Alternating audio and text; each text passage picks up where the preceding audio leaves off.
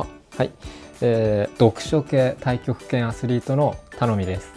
今回僕ですね、旅行に行こうかなと思ってまして、このバリ島に行ってこようかなと思ってます。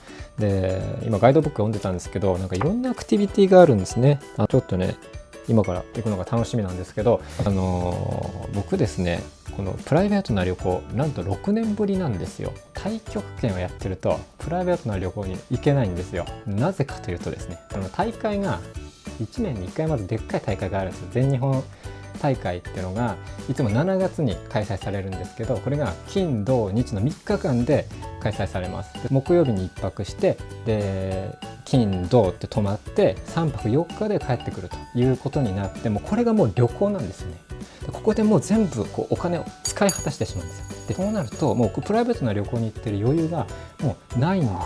そして6年間ですね、コツコツ貯めたお金がようやく2024年今年ですね、大放出できるということで、僕はもう今から張り切ってですね、このバリ島の計画を立てているところでございます。はい、ということでこれ太極拳とは全くね関係のない話でした。はい、もちろん安心してください。太極拳の話をします。今回は地面に根を張るシリーズ第2弾ということで、絶対にふらつかないドンジャオの講座をしていきたいと思います。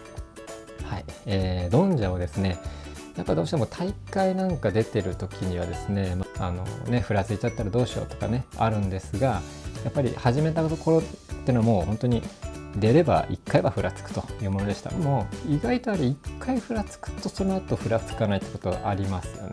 あれがまさに今回説明したい1つ目のポイントになるんですけど、1回目ふらつくと、これじゃ集中力が足りなかったんだ、いやもっと集中しなきゃって言って集中するんですよ。だからふらつかなくなるんですよ。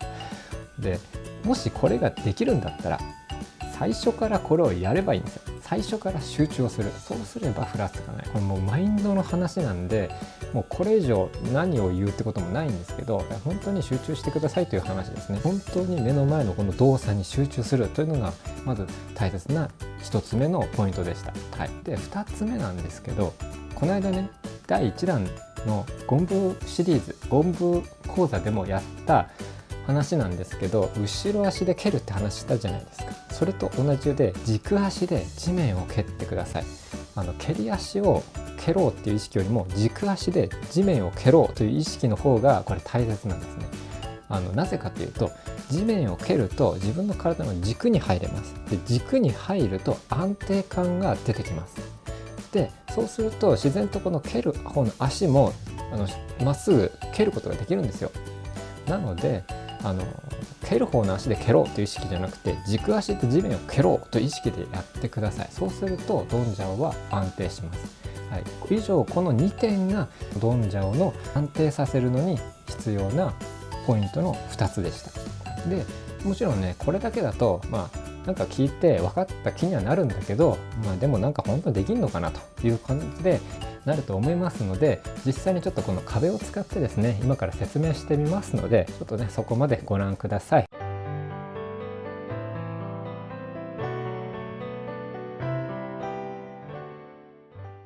はい、そしたら壁を使って説明していきたいと思います。もう一瞬なんですけど、もうこう壁にドンジャをやってください。こうやってですね足を当てて、別に足曲がせてもいいです。できる範囲で低くてもいいです。この感じですね。で先ほどお話しした軸足で地面を蹴るっていうのを意識しながら、ちょっと蹴ってみますね。こう蹴りながらドンジャをする。でこの状態です。でこの足で壁を軽く蹴ってください。はい、蹴ります。これで後ろに倒れない、この状態だったらこれは正解です。でこの足で蹴った勢いがここに吸収されるんですね。それは軸ができていれば、軸ができている場合はこの勢いがこう通って地面に抜けていきます。なので蹴っても倒れません。はい、しかしこれがこの地面を蹴るということができてない場合、例えば足を高く上げたくてこんなドンジャオ、これよくいますよね。これちょっとここまで曲がってないか、こういうドンジャオ、これだとここだとバランス取れるじゃないですか。でもこれでちょっとでも蹴ると後ろに倒れるんですよ。でこれで自分がドンジャオが合ってるのか間違ってるのかっていうのが分かります。なのでしっかり軸足を蹴るようにして足を蹴った場合、これ蹴ってもここに足吸収されるので、これだったら倒れません。はい、以上がドンジャオのコツになります。